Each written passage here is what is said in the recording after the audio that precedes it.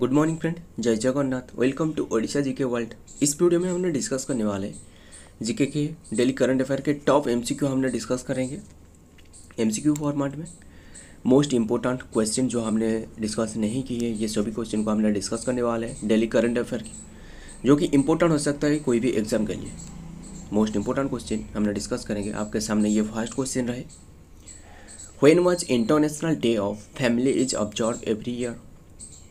बात करें ये जो कि when was international day of family is observe every year. International family day ये कौन सी डेट को ऑब्जर्व करी जाती है, ये है ऑप्शन सी इज तो राइट आंसर। 15 मई को इंटरनेशनल फैमिली डे ऑब्जर्व करी जाती है। एंड जो कि family is the basic unit of society होती है। एंड इसका इसी साल जो थीम रहे, और 2023 की थीम आपको पूछ ले तो यहाँ भी रहे 2023 की थीम ये है democratic trends and families, demographic trends and families. And 2024 की इसी साल की जो थीम रहे वो है embracing diversity strengthening families. Embracing diversity strengthening family इसका थीम रहे, याद रखिएगा इसी साल जो थीम रहे। एंड 15 मई को ये ऑब्जर्व करी जाती है। International day of families is observe every year in 15 मई। और ये डे वाला क्वेश्चन रहे तो हमने जितना भी पिछले से डे क्वेश्चन रहे, जो डे वाला क्वेश्चन रहे हमने फिर से डिस्कस करने वाले हैं। आपके सामने ये रहे जो कि हमने फर्स्ट मई को ये सेलिब्रेट करी गई जो कि इंटरनेशनल लेबर डे के रूप में फर्स्ट में। सेकंड में है वर्ल्ड ट्यूना डे, ट्यूना एक फिश है। थर्ड में ये है world press freedom day, and जो कि प्रेस फ्रीडम इंडेक्स के मामले में जो कि इंडिया 159 पर रहे। लास्ट 2023 में 161 था। एंड ये 4 मई को ये है international fire fighters day, and 4 मई को भी ऑब्जर्व करी जाती है कोल माइनर्स डे।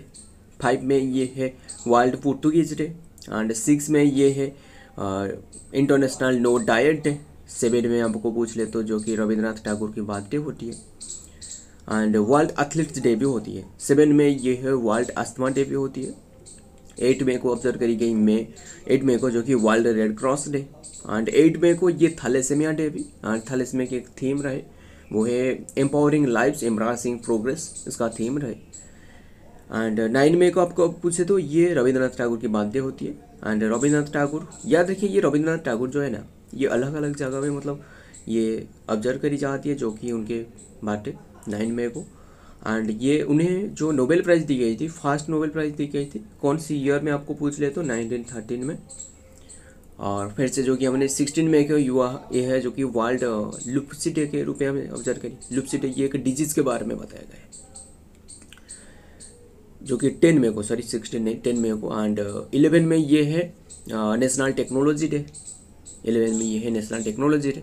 12 में ये है इंटरनेशनल नर्स डे, 12 में भी ऑब्जर्व करी जाती है जो कि मदर्स डे के रूप में, जो कि second Sunday of May month में ऑब्जर्व करी जाती है। एंड इसी साल 12 मई में ऑब्जर्व करी गई है। 15 में ये है इंटरनेशनल डे ऑफ फैमिलीज। 16 में ये है इंटरनेशनल डेंगू डे, अभी जो कि इंटरनेशनल डे ऑफ फैमिली हमने डिस्कस की ना, इंटरनेशनल डेंगू डे 16 में। 17 में ये है वर्ल्ड टेलीकम्युनिकेशन डे। 17 में भी वर्ल्ड हाइपरटेंशन डे भी ऑब्जर्व करी जाती है।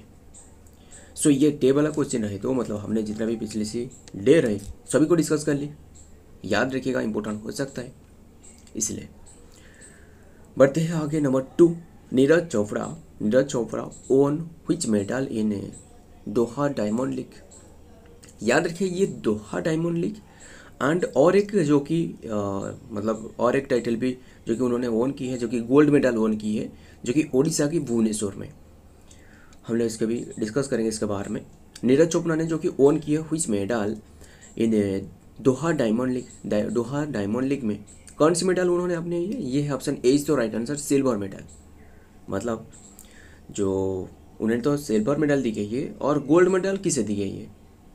एंड उन्हें जो जैवलिन थ्रो की है ना, थ्रो ये है 88.36 मीटर की थ्रो की है, एंड इसलिए उन्हें सिल्वर मेडल दी गई है। एंड जो गोल्ड मेडल आपको पूछ ले तो किससे दी गई है, गोल्ड मेडल ओन बाय जो कि जैकब बार्टलेस, जो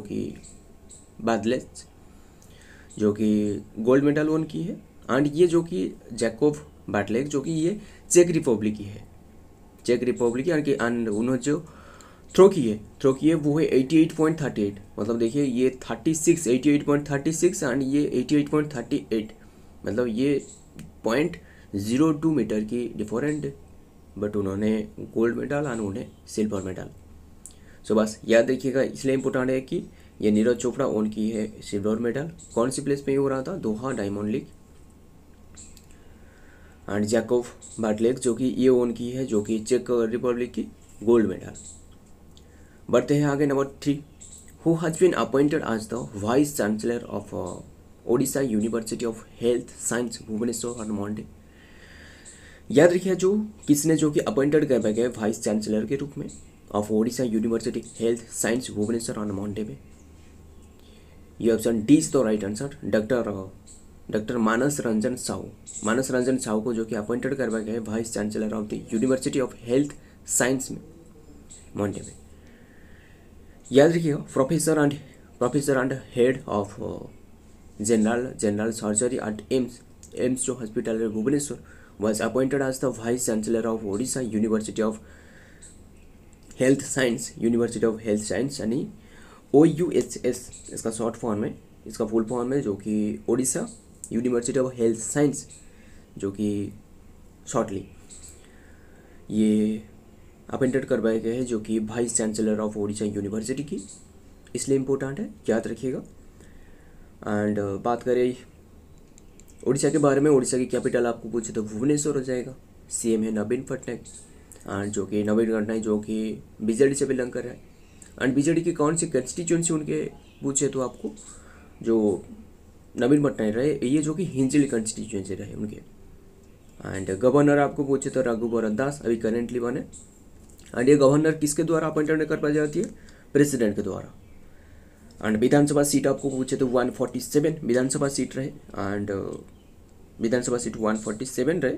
एंड इनमें से आपको लोकसभा सीट आपको पूछे तो उड़ीसा की जो लोकसभा सीट रहे ये है 21, राज्यसभा सीट 10 रहे। बढ़ते हैं आगे, नंबर 4, पी सायम निखिल, नाम ही याद रखिए, P Sayam Nikhil become the India's 85th grand master and he is from which state, कौन से स्टेट से बिलोंग कर रहे हैं? पी सायम निखिल जो कि अभी करेंटली बने इंडिया के 85th ग्रैंड मास्टर, एंड उन्होंने कौन सी प्लेस से बिलोंग कर रहे हैं? याद रखिए ज़्यादातर जो ग्रैंड मास्टर है ना इस चेस के बारे में, ये ज़्यादातर तमिलनाडु से रहे। ये ऑप्शन बी सही होगा, तमिलनाडु। याद रखिए आपको ये हो गया 85th जो कि ग्रैंड मास्टर बने पी सायम निखिल, बट आपको 84th आपको पूछ ले तो आर वैशाली ये जो कि 84th के बने हैं। एंड 84th ये आर वैशाली हो गया। आपको फर्स्ट ग्रैंड मास्टर आपको पूछ ले तो ये विश्वनाथन आनंद, याद रखिएगा। एंड विश्वनाथ आनंद को जो कि उन्हें लाइटिंग किड ऑफ इंडिया भी कहा जाता है, उनकी एक ऑटोबायोग्राफी भी आई थी, मतलब ऑटोबायोग्राफी खुद की लिखा हुआ, मतलब ऑटोबायोग्राफी और बायोग्राफी इनमें डिफरेंस है, जो खुद के द्वारा लिखे गए और बायोग्राफी जो life history written by other, जो लाइफ हिस्ट्री अदर के द्वारा लिखी जाती है ये है बायोग्राफी। सो उनके जो ऑटोबायोग्राफी है इसका नाम है वो है माइंड मास्टर नाम की एक बुक जो कि ऑटोबायोग्राफी रही उनके। एंड बात करते हैं ये पी सायम के बारे में, जो कि अभी करेंटली जो 85th ग्रैंड मास्टर बने। ये मतलब याद रखिए पी सायम निखिल जो कि 2012 में 28 ग्रैंड मास्टर होने से बच गए थे, और लेटर 12 साल बाद जो कि 12 ईयर के बाद जो कि उन्होंने फिर से 85th ग्रैंड मास्टर बन गए, इसलिए इम्पोर्टेंट है, याद रखिए। एंड बात करते हैं ये चेस के बारे में क्वेश्चन रहे तो इम्पोर्टेंट हो सकता है। इसका चेस का हेडक्वार्टर आपको कौन सी प्लेस में मिलेगा? एंड चेस में एक क्वेश्चन में आपको बता दूं, मतलब इम्पोर्टेंट हो सकता है, चेस में कितनी की स्क्वायर होती है? इम्पोर्टेंट है, चेस में आपको स्क्वायर आपको पूछे तो कितनी की होती है? आपको ऑप्शन भी दे रहा हूँ, जो कि ऑप्शन है 204 या फिर 64, इनमें से कौन सा आंसर सही होगा? नीचे कमेंट कर लेना, जो कि चेस में कितनी की स्क्वायर होती है। एंड याद रखिएगा जो कि वर्ल्ड चेस फेडरेशन एक रहे, जो कि इसका जो हेडक्वार्टर है वर्ल्ड चेस फेडरेशन की हेडक्वार्टर आपको लक्सेन स्विट्जरलैंड में मिलेगा, लक्सेन स्विट्जरलैंड में मिलेगा। एंड इसका स्थापना एस्टेब्लिशमेंट है 1924। एंड इसका जो मोटो है ना, मोटो है जिन्स उना सुम्स, ये जो नीचे तो देख रहे हो मोटो है जिन्स उना सुम। इसका मीनिंग क्या है? मीनिंग है लैटिन, जो इसका लैटिन मीनिंग है, Latin for the we are one family. इसका जो थीम रहे और मोटो रहे, याद रखिए लैटिन वर्ड में इसका जो मीनिंग है वी आर वन फैमिली, यानी जिन्स यूना सुमोस, इसका मतलब मीनिंग है। बस याद रखिएगा। स्थापना 1924। वर्ल्ड चेस डे एक होती है, कौन से डे में ऑब्जर्व करी जाती है? ये 20 जुलाई को ऑब्जर्व करी जाती है वर्ल्ड चेस डे के रूप में। बस याद रखिएगा। आगे बढ़ते हैं आगे क्वेश्चन की तरफ। Number 5, who has announced to build the first railway station float? Important है, fast railway station railway system float on moon, बहुत ही इंपॉर्टेंट है। क्योंकि मून में मतलब ये रेलवे स्टेशन बनाएगा, मतलब मून में कैसे, मून में कौन ट्रैवल करेगा? आपको ऐसे भी क्वेश्चन आपके मन में आ रहा होगा। मतलब मैं आपको बता दूँ, जो फ्लोट है ना, ये मून में मतलब स्थापना करने का ऐसा ही ये नासा ने अनाउंसमेंट करी है। Option B is the right answer, NASA, national aeronautics space agency, ये अमेरिका की होती है। एंड इसका आपको स्थापना पूछे तो जो कि 29 जुलाई 1958 में इसका स्थापना है। एंड ये 1958 जो कि DRDO की भी स्थापना डेट होती है, डिफेंस रिसर्च डेवलपमेंट ऑर्गेनाइजेशन की स्थापना डेट भी होती है। एंड बात करिए ये फ्लोट के बारे में, ये जो बनाया जा रहा है, जो स्क्रीन पे देख रहे हो, ये मतलब उनका एक प्रोजेक्ट है, जो उनका रोवर जाएगा, ये वही पाथ पर जो कि ये ट्रैवल कर सकता है। एंड इसका जो रफ्तार है 1.6 किलोमीटर पर आवर इसका रफ्तार है। बात करते हैं ये नासा के बारे में, जो कि ये अमेरिका की स्पेस रिसर्च सेंटर होती है। एंड इसका स्थापना 29 जुलाई 1958 में स्थापना। एंड ये जो ए पर देख रहे हैं इसरो, ये तो इंडिया हमारा ये स्पेस रिसर्च एजेंसी है, स्पेस रिसर्च सेंटर है। इसका आपको हेडक्वार्टर आपको बेंगलुरु में मिलेगा। हेड है एस सोमनाथ। एंड इसका स्थापना 1969 15 अगस्त में करी गई थी, अगस्त 15 में करी गई थी। एंड जो सुपर को ये देख रहे हो, सी पर सुपर को, ये पाकिस्तान की स्पेस रिसर्च सेंटर है। एंड डी पर जो देख रहे हो NSSC CAS, ये चाइनीज स्पेस सेंटर है, याद रखिएगा, इम्पोर्टेंट हो सकता है। एंड आपको जो कि ऐसे क्वेश्चन भी और भी एक स्ट्रैटेजी के आपको बता दूं, जो कि first person to reach moon, ये है नील आर्मस्ट्रॉन्ग। एंड ये जो नील आर्मस्ट्रॉन्ग जो कि पहुंचे थे वो है 21 जुलाई 1969 में। याद रखिएगा, ये जो 69 में पहुंचे, ठीक उसी डेट के मतलब कुछ ही दिन बाद, यानी अगस्त 15 1969 में इसरो की स्थापना करवाया गया है। सो याद रखिएगा। एंड उसी ईयर जो कि नील आर्मस्ट्रॉन्ग ने मून पर कदम रखी थी, पहला कदम। और उनके साथ अपोलो लूनार मॉड्यूल पायलट भी थे। मतलब ये सिर्फ नील आर्मस्ट्रॉन्ग ने, उनके साथ 3 व्यक्ति जो कि मून पर गए थे, बट उनमें से दोनों जो कि मून पर कदम रखे थे, बट और एक जो रहे वो ऑर्बिट लेकर घूम रहे थे मून के चारों तरफ। एक तो रहे जो कि मतलब नील आर्मस्ट्रॉन्ग हो गया। एंड दूसरा है उनके साथ अपोलो लूनार मॉड्यूल पायलट थे, वो है बुज अल्तारेन। एंड उनके बारे में एक मतलब एक ऐसे ही फैक्ट रहे, मतलब एक मज़े वाले ऐसे फैक्ट रहे कि उन्होंने जो कि पहला जो कि टॉयलेट की थी मून पे, ऐसा ही बताया जाते हैं बुज अल्तारेन। बस याद रखिए, पहला व्यक्ति जो कदम रखे थे वो है नील आर्मस्ट्रॉन्ग। एंड जो लूनार मॉड्यूल के पायलट थे वो है बुज अल्तारेन। एंड जो कमांड मॉड्यूल के पायलट थे वो है माइकल कोलिंस, ये कमांडर मॉड्यूल की पायलट थे। याद रखिएगा, इंपॉर्टेंट क्वेश्चन ये सभी भी रहे, जितना भी एक्स्ट्रा भी दी जा रहा है सभी को याद रखिएगा। बढ़ते हैं आगे। Number 6, ICC selected who was the ICC women's player of the month for the April month में किससे सिलेक्टेड करवाया गया है ICC women's player of the month के रूप में? ये है हेली मैथवेस, ये मतलब वेस्ट इंडीज़ की प्लेयर है। याद रखिए, ये वेस्ट इंडीज़ की प्लेयर है। एंड बात करें आपको ये वोमेंस के बारे में जो कि हेली मैथपेज हो गया, एंड मेंस के बारे में जो कि किसे सिलेक्टेड कर पाया गया है, मोहम्मद वसीम जो कि उन्हें सिलेक्टेड करवाया है, जो कि ये यूनाइटेड अरब अमीरात की प्लेयर है। बस इतना ही याद रखिए, ये अप्रैल मंथ पे उन्हें सिलेक्टेड करवाया गया है। एंड बात करते हैं आईसीसी के बारे में, आईसीसी का स्थापना, ये सारे डिटेल्स याद रखिएगा, इंपॉर्टेंट हो सकता है। आईसीसी में टोटल 108 जो कंट्री रहे, याद रखिए। इसका आपको स्थापना के बारे में आपको पूछे तो आईसीसी की ये है 1909 में, हेडक्वार्टर आपको दुबई में मिलेगा, एंड चेयरमैन ये ग्रेग ब्रैकले आपको मिलेगा, ये न्यूजीलैंड की है। ग्रेग ब्रैकले ये न्यूजीलैंड की है। सीईओ आपको पूछ ले तो जो कि जियोप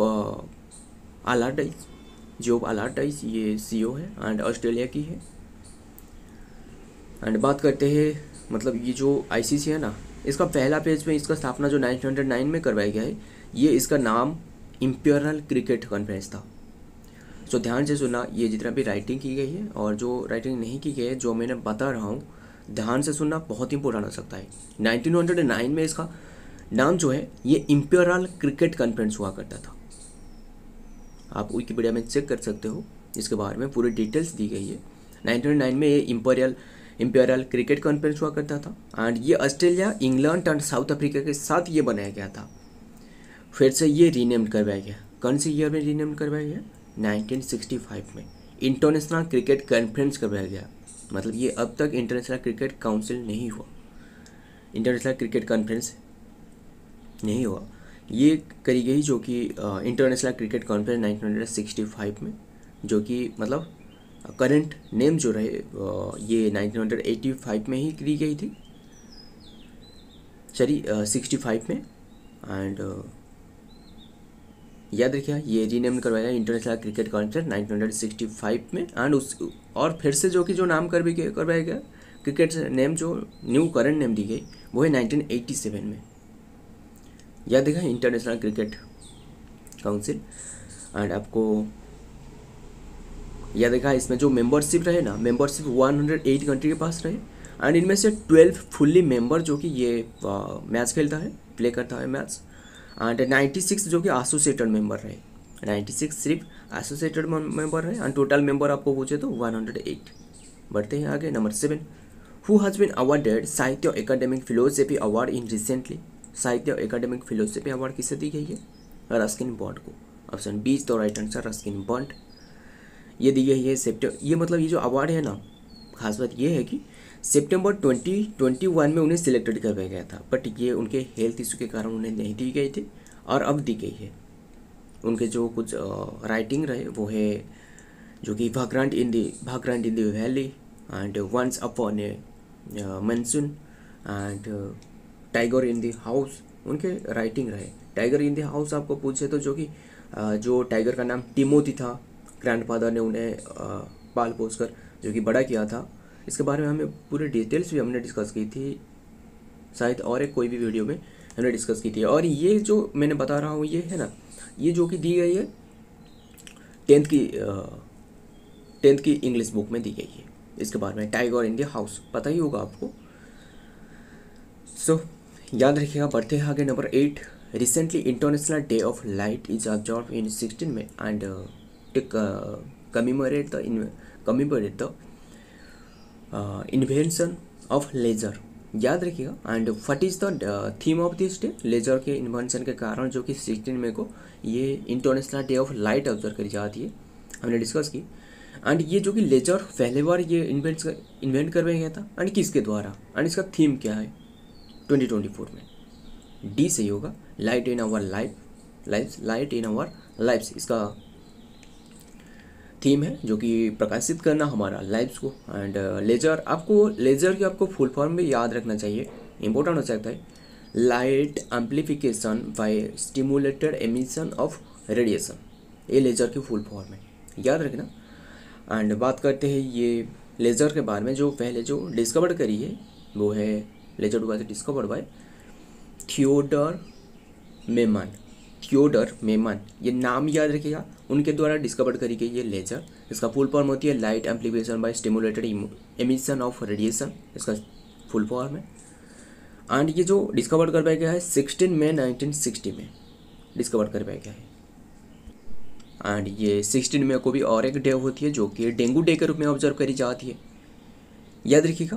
एंड और डेंगू डे के साथ जो कि सिक्किम की एस्टेब्लिशमेंट डे भी ये होती है, डेंगू डे 16 में। एंड ये डेंगू कौन सी मच्छर के काटने से होती है, जो कि ये Aedes mosquito, my Aedes mosquito के द्वारा। बढ़ते हैं आगे, नंबर 9,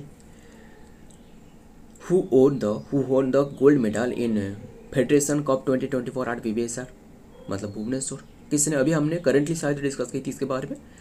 ऑप्शन डी से होगा नीरज चोपड़ा, मतलब उन्होंने जो कि गोल्ड मेडल अचीव की है। एंड दोहा में जो हो रहा था ये, इनमें जो कि उन्होंने ब्रोंज मेडल अचीव की थी, सॉरी सिल्वर मेडल। एंड जो होगा नीरज चोपड़ा ने जो कि गोल्ड मेडल अचीव की, ये भुवनेश्वर में हो रहा था।